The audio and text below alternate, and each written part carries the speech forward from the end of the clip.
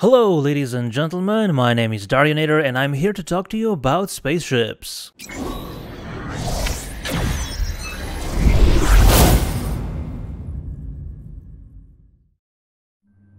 In the previous video, I waxed poetical about upcoming features of 3.0, but only briefly touched upon the flight-ready ships we'll also be receiving. So, let's fix that. The first of these new ships aren't exactly new, but have been in the game for quite a while and are getting a well-deserved fresh coat of paint. They are the Robert Space Industries Aurora and the Drake Interplanetary Cutlass Black. The Aurora will, while still being redone from the ground up with the new modeling and texturing techniques to allow for a higher perceived visual quality with a lower overall polygon count, physically based rendering, shader-based damage model and skinning, not look that much different from the current version. A few things will be moved around, but for the most part it'll still be the old lovable Aurora.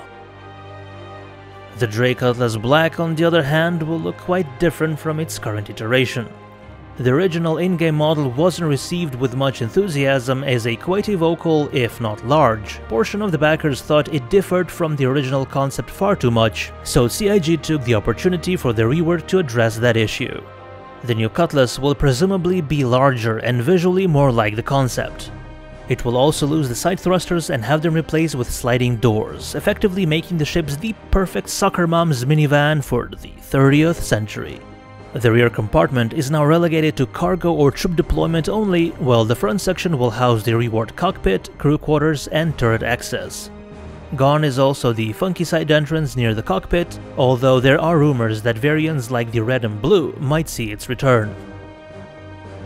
The Constellation Aquila by RSI was first introduced to us in a commercial at Gamescom 2014, although the only flyable model of the Connie we ever got was the Andromeda variant, which continued with its rework a year ago. During CitizenCon 2016, however, we saw the new Constellation Aquila take flight in the Homestead demo, and now with 3.0, we will finally be able to take the controls for ourselves. Differences between the standard Andromeda and the Aquila include a differently shaped cockpit canopy, which should improve visibility and look a hell of a lot more stylish, a different paint job, replacement of the top turret with a sensor array, and the inclusion of the Ursa rover in the cargo compartment. There are even rumors of the Aquila becoming the loaner ship for owners of Carracks, which is good news for me. Speaking of the Ursa, the 6-wheeled 2-seater rover will also make its debut alongside the Aquila, making for some great new planetside gameplay opportunities. Just try not to hit any landmines.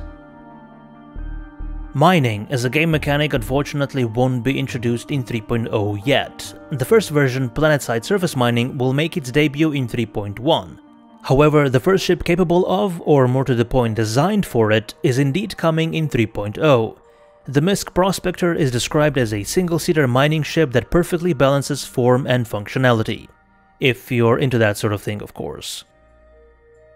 The second Drake ship to hit in 3.0 will be the hover motorcycle Dragonfly. It has the capability to travel in space and on the surface of a planet, however it lacks the ability to transfer in between. For that, you'll need to obtain a ship with a cargo hold large enough to fit one inside.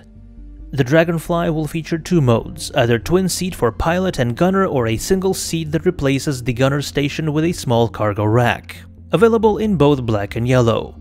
Whoop! There it is. The final ship to grace us with its presence in 3.0 is the AopoA Nox.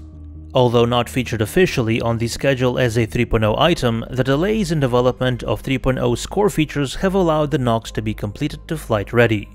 Like the Dragonfly, it can be used both in space and planetside, however cannot travel between the two. Unlike the Dragonfly though, the Nox is a single-seater motorcycle focused on speed rather than versatility and is purely intended for racing. It does however come with two fixed size 1 guns in case you really need to win that race. And that is it for all the new flight-ready ships awaiting us in Star Citizen Alpha 3.0.